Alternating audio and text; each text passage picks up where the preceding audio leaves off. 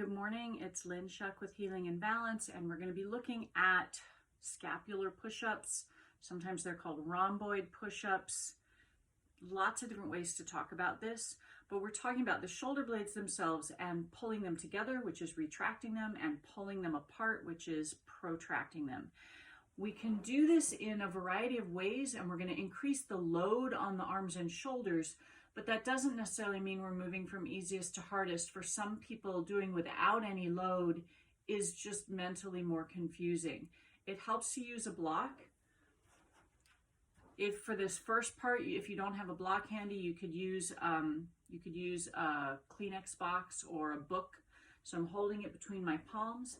You take my arms out in front of me. I happen to be kneeling. You could do this standing. You could do it sitting. We're going to pull the shoulder blades apart, protract them, pull the shoulder blades together. Now my arms are staying fairly parallel to the ground, and I'm not bending my elbows. I'm also not moving my spine.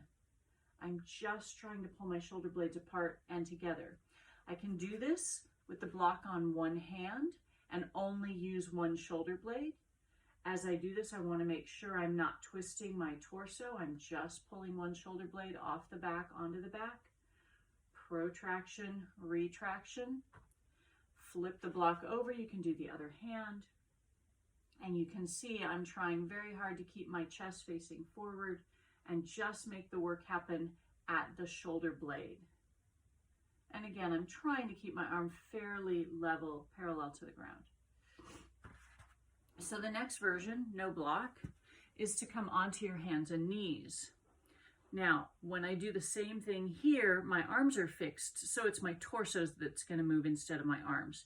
Shoulder blades pull together, shoulder blades pull apart.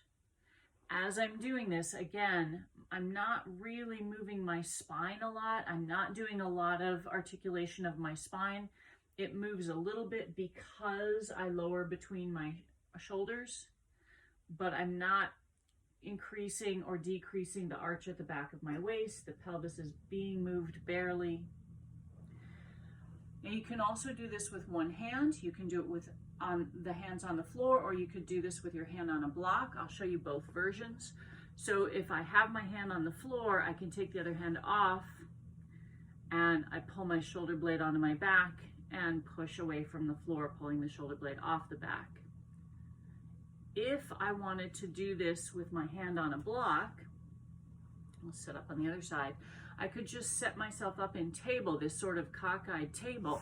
And if you see it from the front, you can see one shoulder is up. I've already pushed my shoulder blade onto my back. So then all I have to do is pull it off of my back to lift myself away from the floor. So you could do it this way on a block, or you could do it this way and take your arm out of your way. Either one works. So we've already increased the load by coming to table. If we increase the load further by coming to incline, you can do incline on your knees or you can do incline on your feet, but we can do the same thing here. Shoulder blades pull together, shoulder blades pull apart, moving